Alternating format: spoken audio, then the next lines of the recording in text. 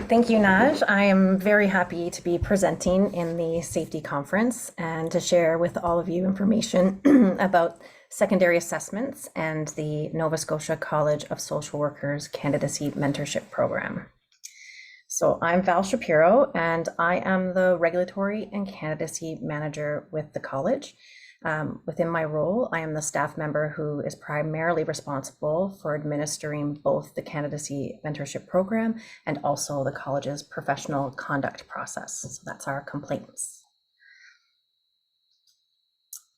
Just a quick overview of what I'm going to speak about today. I'm going to share information about who we are at the college and why we exist, what secondary assessments are. I will be sharing information about the evolution and effectiveness of a particular secondary assessment, licensing exams, and also how we at the college use secondary assessment in our process, specifically our candidacy mentorship program. And then I'm also going to share information about our program review methods and results and some of the limitations of that work as well. So I'll jump right in. So, as Alex shared earlier today, the College of Social Workers exists to serve and protect Nova Scotians by effectively regulating the profession of social work. So we do this by establishing, maintaining, and regulating standards of professional practice. Our primary role is to ensure that Nova Scotians receive the services of skilled and competent social workers who are knowledgeable, ethical, qualified, and accountable to the people who receive social work services. The college believes that the people of Nova Scotia are entitled to receive the highest caliber of care from their social workers. And to ensure this, we provide membership services to support social workers in maintaining the highest standards of professional competencies. We engage with members, government, employers, community groups, and citizens to build a stronger social work community and to advance the social work profession in Nova Scotia. We work in solidarity with Nova Scotians to advocate for policies that improve social conditions, challenge injustice, and value diversity. So Alec shared with us many of the ways that the college regulates and sets the standards of our profession. And I'm going to speak specifically about secondary assessments. So those are the assessments beyond initial entry to the profession requirements, such as graduating from a BSW program. So this presentation does delve into the application of secondary assessments in the registration process for professional social workers and other regulated professions. So in regulated professions like social work, medicine, dentistry, psychology, engineering, nursing, there is a core expectation of professional accountability and responsibility, which is essential for ensuring quality service and protecting public interests. Professional suitability is defined by a comprehensive understanding of profession-specific knowledge, skills, and values, along with the competent application of professional behaviors in practice situations. So that is to say, to be a suitable professional is to be somebody who is both knowledgeable and has the ability to practice that knowledge in practice situations.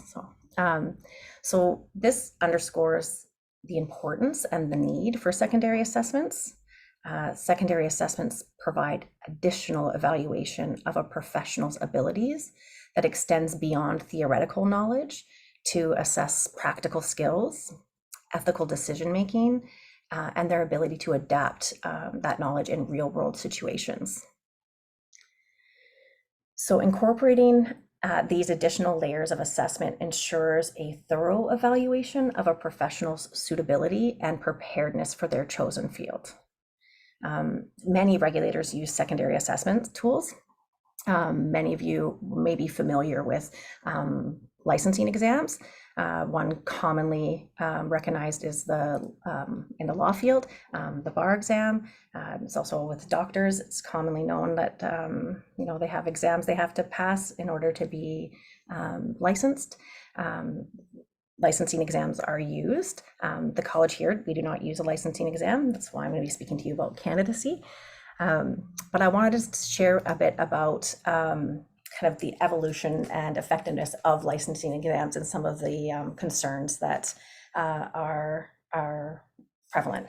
So licensing exams have long been a staple in various professions, serving as a crucial secondary assessment to ensure that practitioners possess the necessary skills and knowledge to do their job well, competently.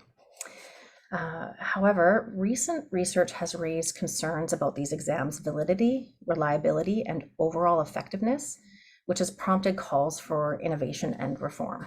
So this has been at the forefront of academic discourse, with multiple studies drawing attention to potential issues with these assessments. I'm happy to share any studies that, if folks want the original studies at the end of the presentation, but studies have results such as revealing a weak correlation between clinical performance and a professional's test scores. This raises questions about the licensing exam's ability to accurately assess the readiness of those graduates for professional practice, which is what the point of the exam is supposed to be. So as the knowledge demonstrated through licensing exam, if it doesn't necessarily predict a practitioner's clinical performance in a professional context. So the test may not be an adequate secondary assessment. Similarly, there is a study done on the social work exam, which confirmed a weak connection between the social work exam and social work competencies used for accrediting social work education. The researchers in the study question the validity of the exam, and they state that regardless of the actual validity of the tests and education accrediting assessment measures, study findings clearly support the need to strengthen the relationship between licensing examination content and educational competencies if faculties are going to assist graduates to become licensed and ease the path to licensure in the future. A concern that comes up there is the point of a licensing exam, the point of a university education is not to prepare somebody for a licensing exam. The point of education is to prepare someone for their chosen field. So it's just an interesting critique or finding in that study. Also, there is no evidence suggesting that licensing exams protect public safety either. In another study about the social work exam also found that the questions asked were seen as too transparent or guessable, making them an inadequate assessment of competency. However, licensing exams aren't all bad. The exams have proven to be predictors of future professional conduct. So a study regarding doctors found that performance on the Medical Council of Canada qualifying exam, part 1 and 2, could predict future professional behavior. So for example, low scores on part 1 of the exam were associated with an increased patient complaints, and low scores on part 2 of the exam were linked to risky opiate and benzodiazepine prescribing behaviors.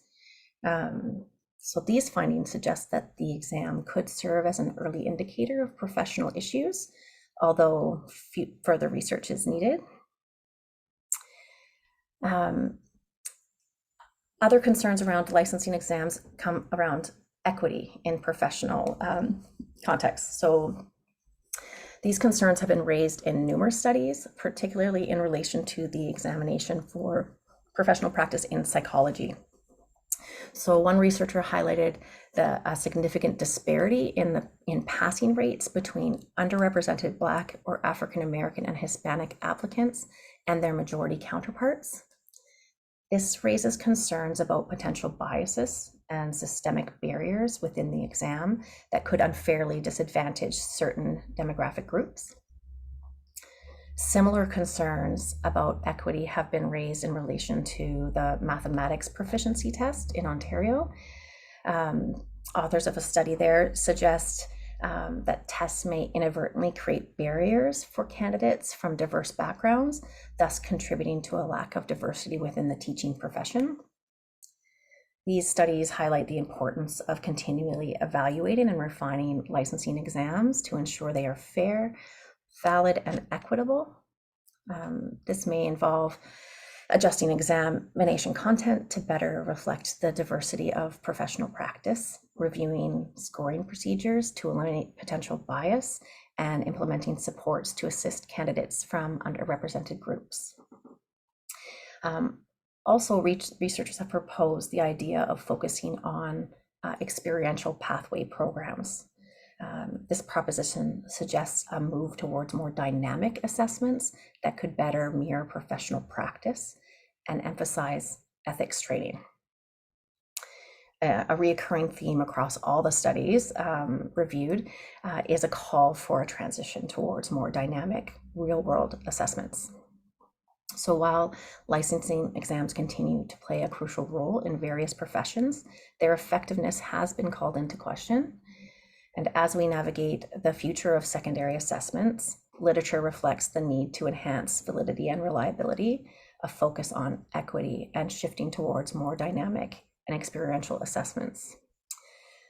Which this is a good time to introduce you to the Nova Scotia College's dynamic secondary assessment, which is the Candidacy Mentorship Program.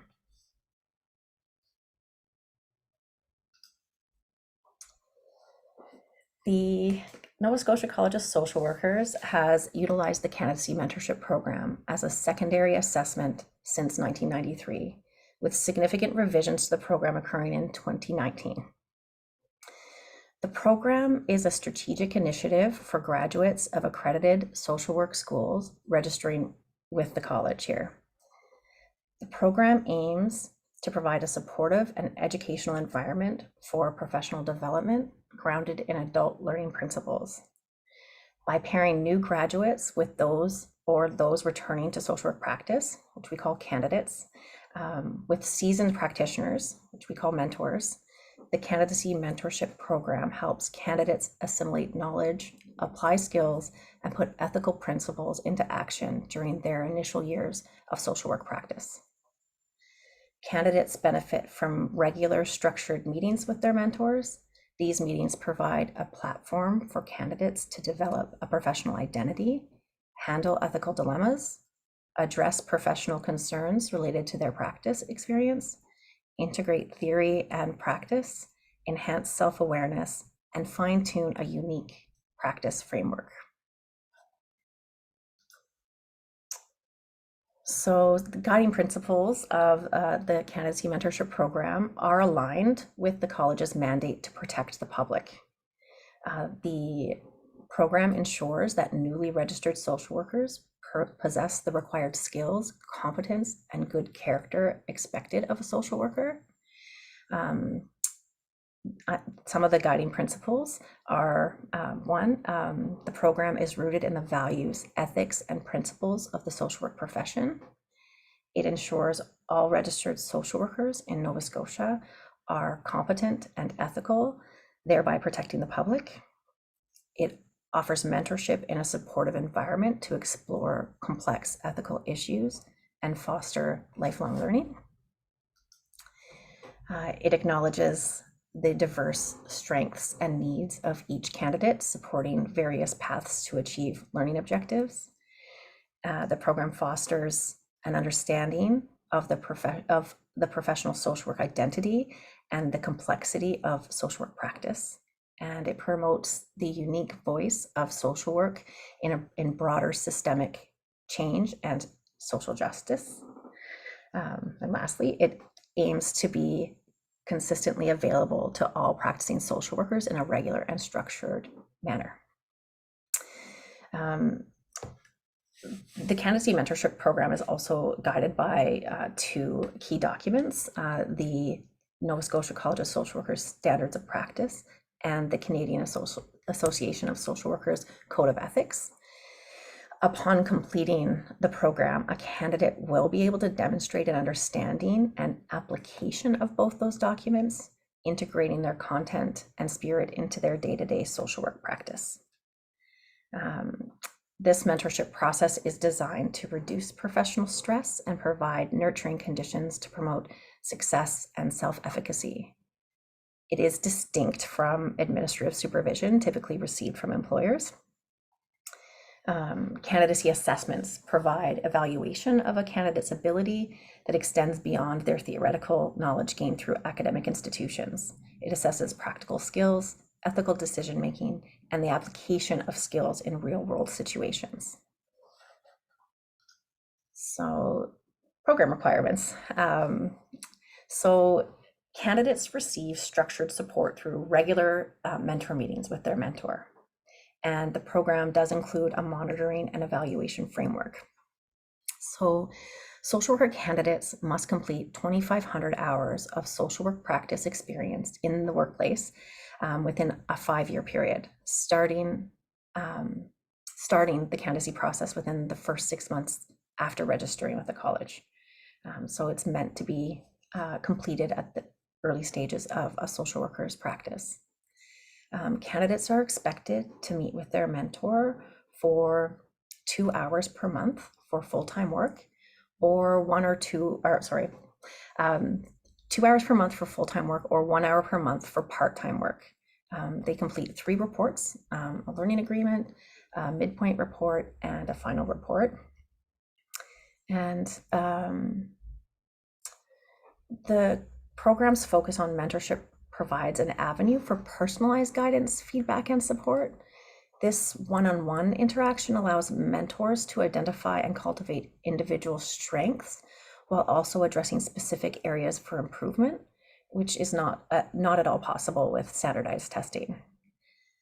Additionally, disparities in pass rates among different racial groups, a recurrent issue with standardized testing, can be mitigated through the Candidacy Mentorship Program by focusing on core social work values. The program encourages an equitable learning environment that fosters success for all students, regardless of their racial background. As a regulator, we are aiming to ensure a thorough evaluation of a professional suitability and preparedness for our profession.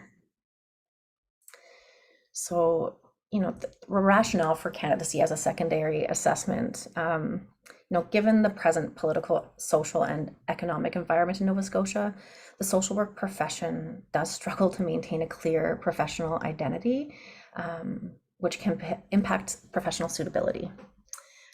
Practitioners often grapple with complex interplay between social work values, ethics, standards, and their workplace demands. So this is largely due to a rise of neoliberal ideologies that emphasize privatization, deregulation, and the reduction in social spending.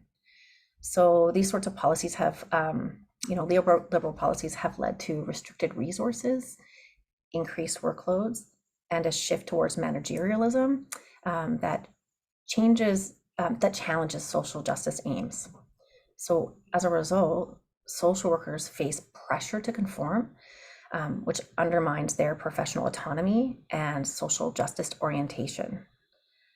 This shift has created an identity crisis as social workers struggle to reconcile their values and ethics with new practice realities. In this context, the Candidacy Mentorship Program offers mutual support among social workers in Nova Scotia to reinforce their professional identity amidst shifting practice landscapes. So, risk mitigation.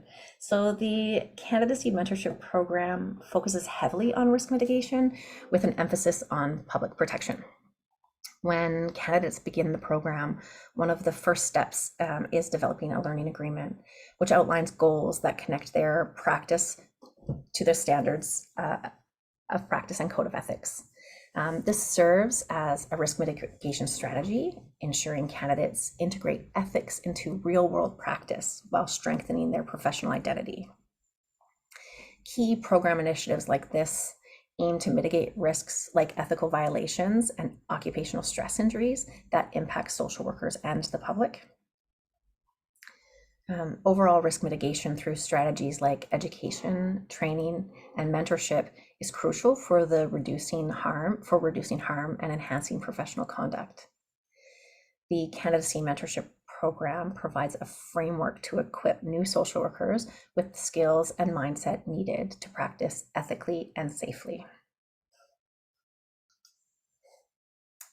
The candidacy program, candidacy assessments. We do assess our candidates through the program. These provide additional evaluation of a candidate's ability that extends beyond their theoretical knowledge gained through academic institutions. Candidacy assesses practical skills, ethical decision-making, and the application of those skills in real-world situations. After a candidate and a mentor are approved by the college to start the program, the pair works to develop a learning agreement, which then serves to guide their time together. The learning agreement is designed to meet the goals of the new social worker and must be grounded in both of our guiding documents. The types of goals that folks share they vary. Common goals highlight a desire to develop communication skills, establish appropriate professional boundaries, improve documentation skills, focus on self-care, and build a professional identity. When the college reviews a learning agreement, what is most important is that a candidate can clearly articulate their goal and explain how it connects to our guiding documents. Assessments of professional readiness and suitability for practice are critical components of the journey towards becoming a competent professional. These assessments, conducted both at midpoint and final stages of the program, are typically carried out by the candidate, the mentor, and a representative from the college, typically me. This process is designed to ensure that candidates are adequately prepared to apply their knowledge and skills in real-world situations. One primary objective of these assessments is to evaluate the candidate's ability to reflect upon and articulate their learning experiences.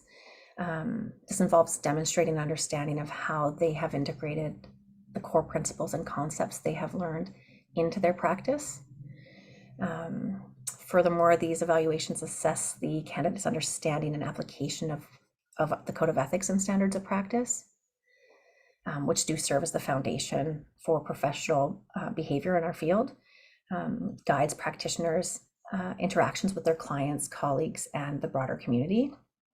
So our members need to know them and know how to apply them. So the assessment process also provides an opportunity for candidates to receive feedback on their performance, enabling them to identify areas of strength and areas where further development is needed. And this feedback can guide their ongoing learning and professional development, helping them be more effective practitioners. Something of note is that mentorship, it differs from supervision. Workplace supervision is provided by employers to support their staff. This is an important aspect of working as a social worker, but mentorship is not supervision.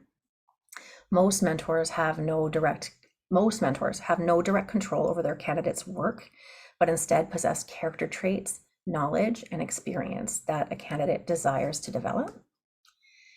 The context of mentorship is rooted in a trusting and supportive atmosphere where the mentor can provide an outlet for their candidates to voice their opinions without fear of retribution, to explore their ideas without fear of judgment, and to discover their strengths and limitations without fear of failure. The mentoring relationship fosters learning and growth for both the mentor and the candidate, and it is grounded in a mutually respectful relationship. The college encourages applicants to avoid selecting a workplace supervisor as their mentor. This is to ensure that the candidate has an environment to complete the program that will not negatively impact their employment relationships. One of the college's observations is that ethical dilemmas experienced early in practice often are caused by the employer themselves. So for a candidate to then challenge and grapple with these situations could put them in an awkward position if their mentor and their workplace supervisor were the same person. Sometimes it's unavoidable and folks select their workplace supervisor, but it always requires a conversation with me around the risks that they're taking in that selection. Okay. So I'm going to start talking about our review of the Candidacy Mentorship Program. So earlier this year, a preliminary review of the Candidacy Mentorship Program was conducted using a reflective thematic analysis of completed candidacy records from 2019 to 2022. The goal of this review was to evaluate if the program is meeting its core initiatives. So first, our method, which is thematic analysis. It serves as a method for analyzing qualitative data to discern emergent themes. So this process involves familiarizing oneself with the data, coding text, and identifying keywords that frequently appear, ultimately leading to the recognition of patterns. By examining these patterns, themes can then be extracted from the data. In this review, a random sample of 25 anonymized and redacted candidacy records were analyzed.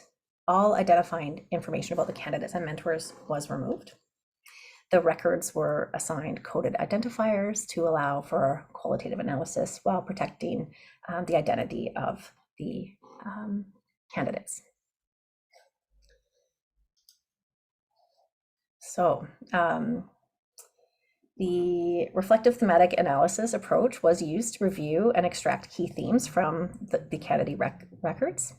And this involved an in-depth reading of each record, inductive coding of salient points, clustering codes into conceptual categories, and deriving analytic themes from the qualitative data. So the themes specifically related to candidate feedback on the program were effectiveness in integrating ethics, strengthening professional identity, and addressing occupational stress. The candidates' perspectives provided insights into the program's strengths, as well as areas for continued improvement. Added to this, there was also, as Alec mentioned, a review of complaints records. So a second analysis occurred, which focused on those closed complaint matters. So this primary resource was used for this analysis the primary resource used for this analysis was the final decisions issued by the NSCSW's Complaints Committee between 2019 and 2022. The analysis incorporated the registration status of the social workers who received the complaint, the social work values and standards under consideration, and the outcomes regarding dismissal or whether there was some form of remediation needed to resolve the complaint. And I'll speak about that a little later as well. So our results in terms of those themes. So I'm going to go through each one of those themes and just kind of talk about why the results are important. So that first one, integrating ethical practice. 68% of those reports, final reports, indicated that candidates strengthened their ability to think critically and engage in critical self-reflection about practice decisions and the impacts of their social position, power dynamics, personal beliefs, opinions, and values. 68% indicated that candidates discussed and navigated the ethics of confidentiality and consent. 60% indicated that candidates discussed ethical tensions they experienced within systems and policies. And 56% indicated that candidates talked through ethical dilemmas they encountered in practice. So why are these results important? The candidacy program provides a valuable space for new social workers to engage in critical reflection around privilege, values, and ethics. The program offers opportunities outside daily practice to unpack complex topics like power, privilege, and unintended harms. Developing reflective skills builds competence in recognizing how one's social location and assumptions shape practice. This advances ethical decision-making grounded in social work values. Mentor guidance empowers new social workers to confidently navigate ethical challenges and provide quality care. Our second theme, developing a professional identity. So 52% of the records indicated that candidates felt meeting with their mentor increased their confidence and helped them find their professional voice, including forming their own opinions, ideas, challenging policies and systems they encountered within their practice.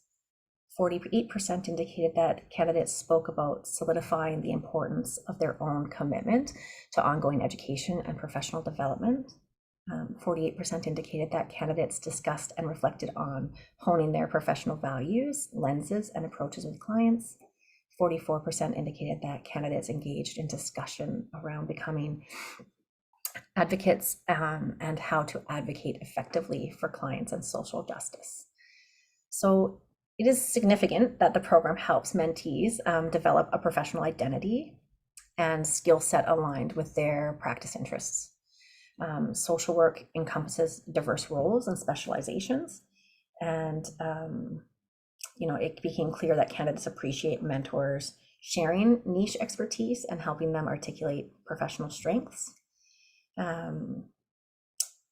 Also processing, confidence is key. So processing experience of self-doubt also builds confidence that candidates have, that they have the skills needed to fulfill their responsibilities competently and ethically. This suggests that the mentorship model effectively nurtures emerging social work identities. Here's our last theme, which is protecting against occupational stress injuries. So here, 64% indicated that candidates discussed occupational stress injury prevention strategies. 60% indicated they discussed self-advocacy and holding professional boundaries around their work. 52% indicated candidates made connections to occupational stress injury prevention, such as self-care. And 44% of candidates discussed how to make their social work practices sustainable long-term. All very important. So social workers are vulnerable to acute and chronic employment-related stress due to the inherent nature of their work and the severity and chronicity of social problems. Current research indicates that post-traumatic stress disorder rates among social workers is twice that of the general population. PTSD results from direct exposure to an event or series of events that involve the threat of death, serious injury, or sexual violence. It is hallmarked by heightened anxiety, sleep disturbances, depression, intrusive thoughts, and avoidant behaviors.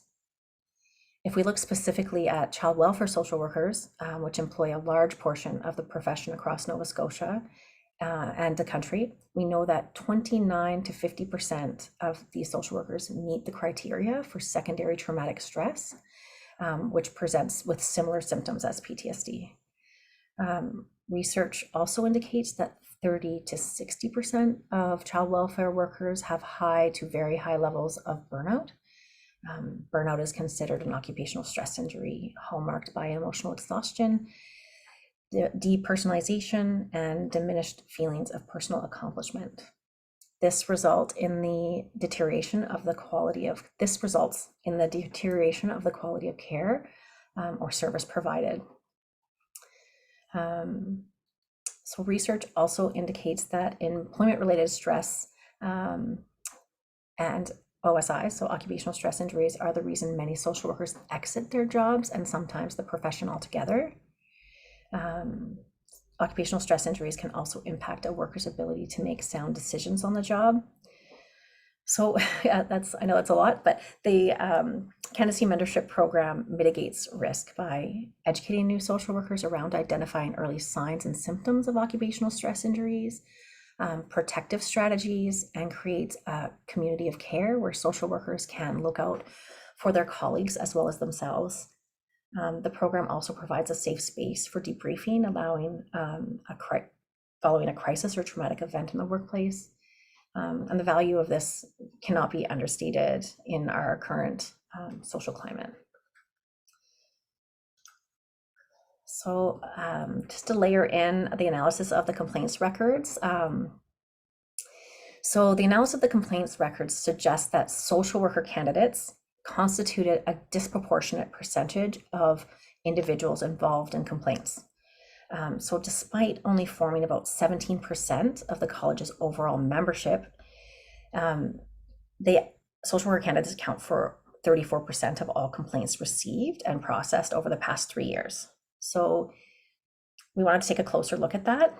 So a closer examination of these complaints, it revealed that the complaints that were lodged against candidates often led to some kind of remedial action. So that means they weren't just dismissed. We provided some guidance or other remedial action. So it was also found that most candidates that were complained about and had a determination made against them, remedial action, that those individuals were not actively participating in the Candidacy Mentorship Program at the time they received the complaint. So looking at 2020,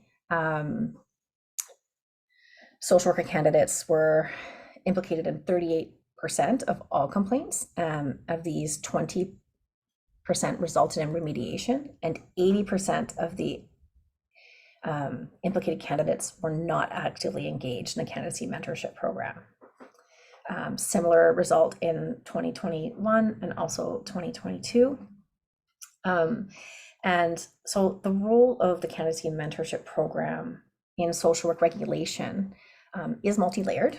And while it is apparent that newcomers to the field might be more prone to receiving complaints due to their relative lack of experience, attributing this kind of overrepresentation entirely to inexperience, I think, oversimplifies the issue. Like the correlation between inexperience and increased complaints potentially suggests deeper underlying problems that extend beyond mere unfamiliarity with the profession. Furthermore, the Candidacy Mentorship Program serves a dual protective function. So on one side, the program safeguards the public by ensuring that social work candidates are sufficiently prepared and competent, thereby providing high quality service to service users. And on the other side, it also protects social worker candidates themselves by creating a supportive environment where candidates can learn, develop, and even make mistakes. The Candidacy Mentorship Program can help reduce the risk of complaints, mitigate the impact of such complaints, and boost the overall professional development of the candidates.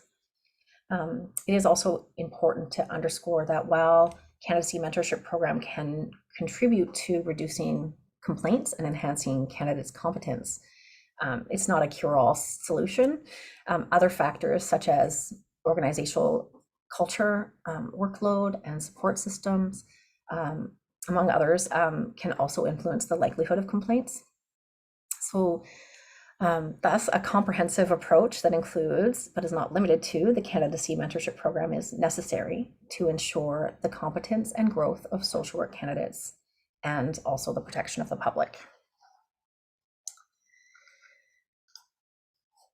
So just wanted to talk about some limitations of the review itself and of the Candidacy Mentorship Program. So one limitation of our review is that all the reports that were reviewed are initially submitted to the regulatory candidacy manager who approves candidates to move forward. So when you're handing in your information to the person who is evaluating, you may share different information. There's a power dynamic and it could influence what information is submitted. Also, candidates are required to submit a learning agreement for approval that connects the Code of Ethics and Standards of Practice. This includes learning goals that act as a guide for their monthly meetings between mentors and candidates. And so because at the initial onset, we're talking about ethics, that then, that folks talk about ethics throughout the entirety of their reports. All the records that were pulled were during the years of COVID, which could impact the focus on certain themes as well, as it was a time of increased stress within our profession.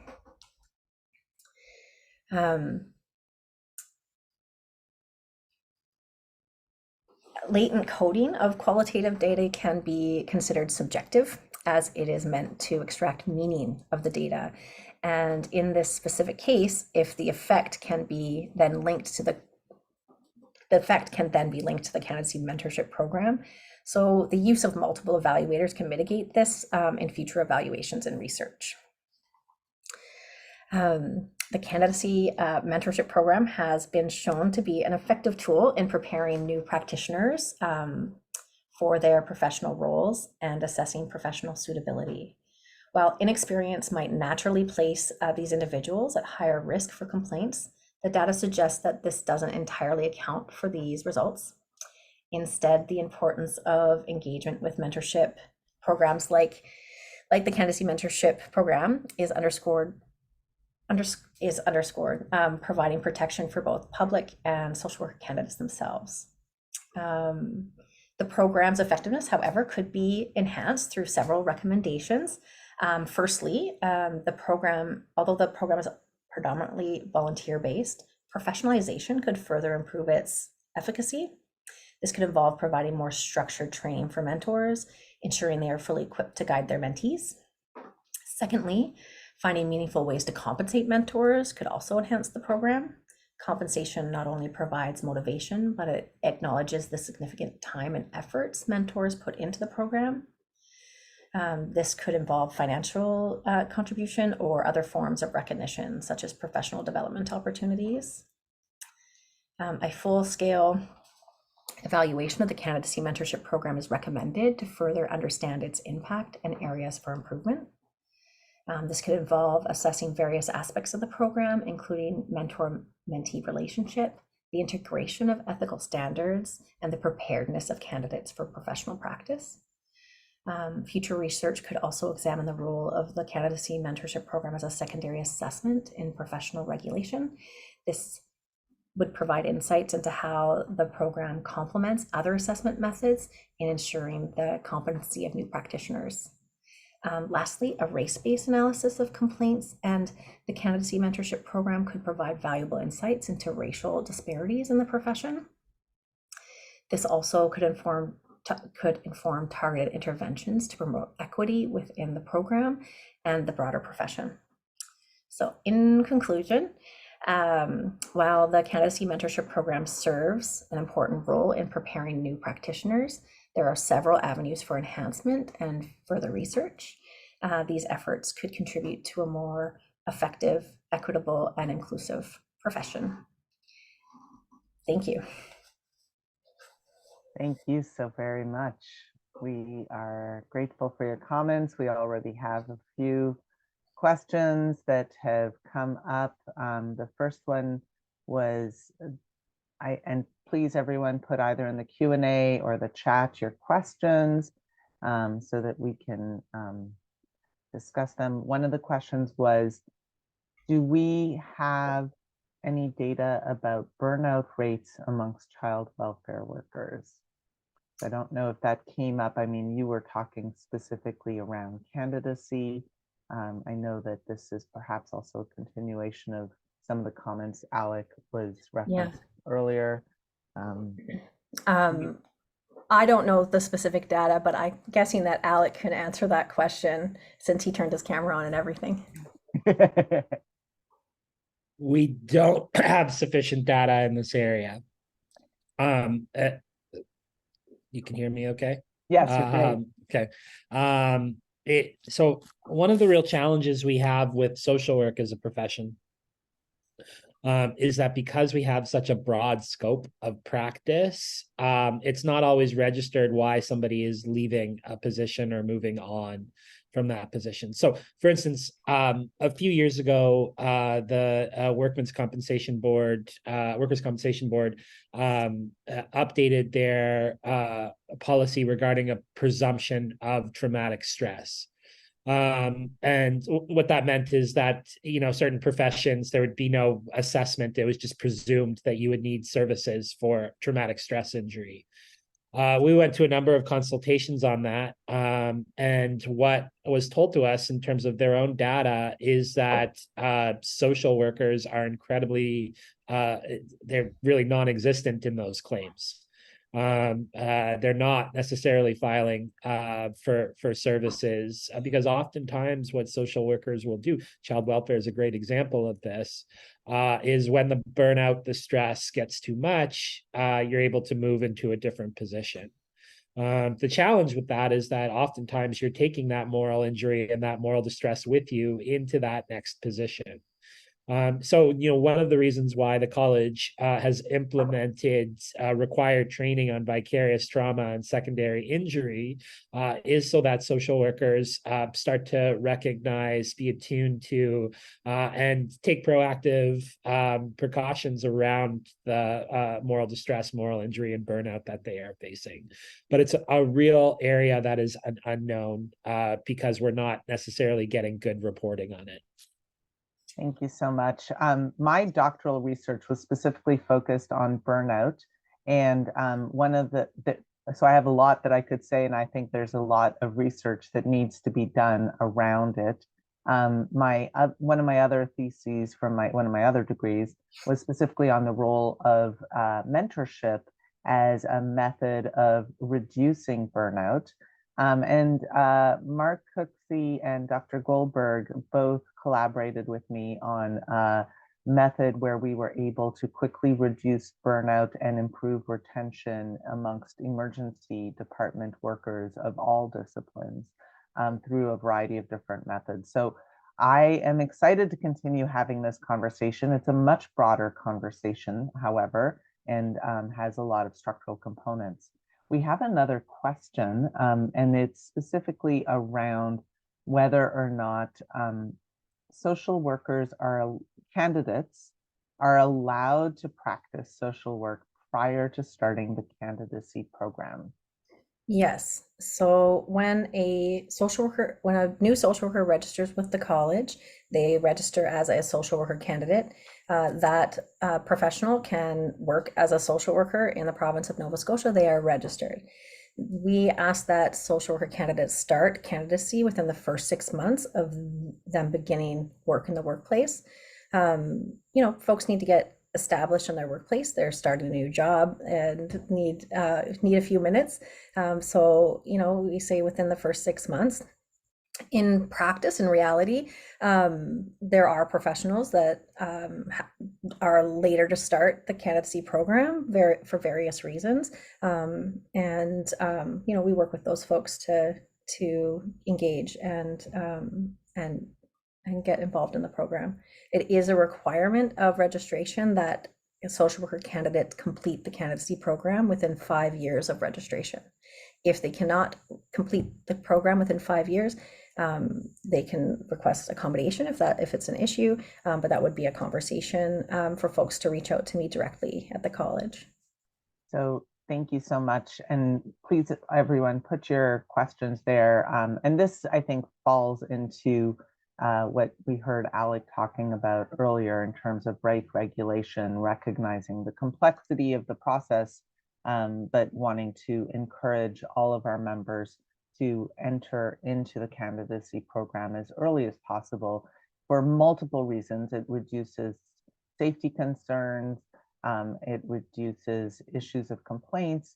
So it's safety in terms of the social work practitioner themselves, the organization that employs them, as well as the people who are served by that practitioner. But the other thing that we heard is it also reduces burnout by helping social work candidates, which is to say people straight out of school, able to continue that learning and growing and evolving into the profession. It's not easy to be a social work practitioner.